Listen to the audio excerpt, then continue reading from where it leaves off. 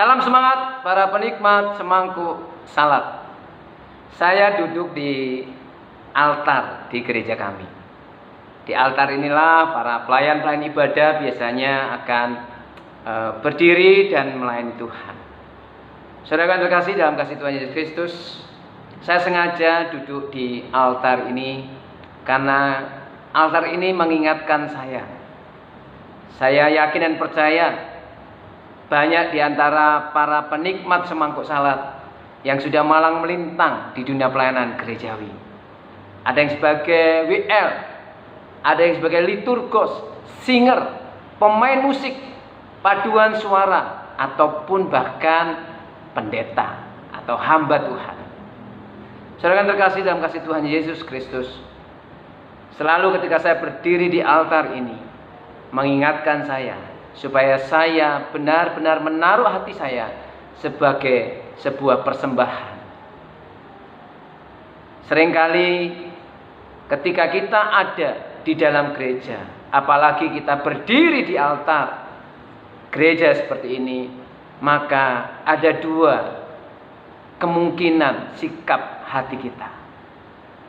Kalau kita memandang altar gereja ini sebagai panggung, maka kita akan memandangnya sebagai tempat kita untuk show off, untuk mempertunjukkan kebisaan kita, untuk mempertontonkan kebolehan kita yang lihai bernyanyi, yang mahir melayani, yang malang melintang di gereja.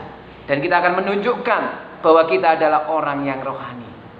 Dan ketika jemaat tidak memuji, ketika kita sudah berdiri di altar ini, tidak ada puja dan puji, maka hati kita sedih, hati kita kecewa, dan hati kita menjadi merana.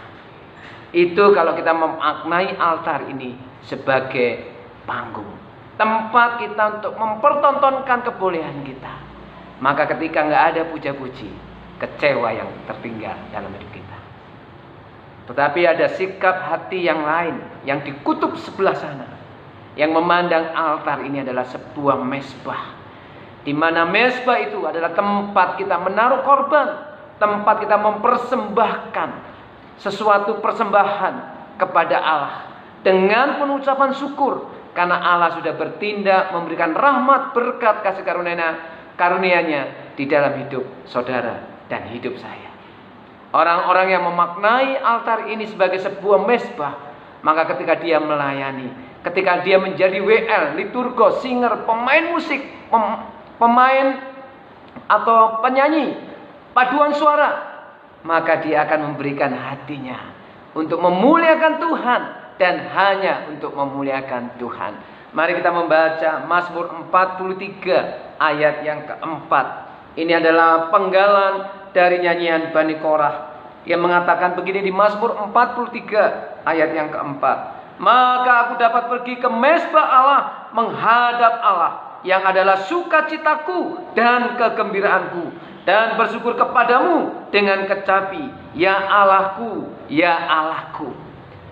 Di sini jelas sekali Bani Korah menghampiri mezbah Allah hanya untuk mempersembahkan hidupnya, dan satu tujuannya bersyukur, bersukacita, bersorak-sorai karena perbuatan-perbuatan Allah. Bahkan dia mengatakan, ya Allah, ya Allah. Dia ingin menunjukkan bahwa ketika dia menghampiri mezbah Tuhan, yang ada adalah hati yang dipautkan untuk menyembah, untuk memuliakan Allah. Para pelayan gereja, rekan-rekan kolega hamba-hamba Tuhan, mari kita menjadikan altar gereja kita masing-masing sebagai mezbah Tuhan, di mana kita mempersembahkan yang terbaik dan sebaik yang kita bisa.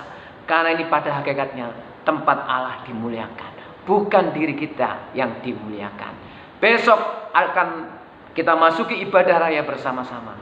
Mari persiapkan hati kita. Ketika kita menaiki altar gereja, sadarlah Tuhanlah yang harus menerima segala pujian, hormat, dan kemuliaan. Hanya Tuhan, ya, dan hanya Tuhan. Selamat melayani, selamat beribadah besok pagi. Tuhan memberkati.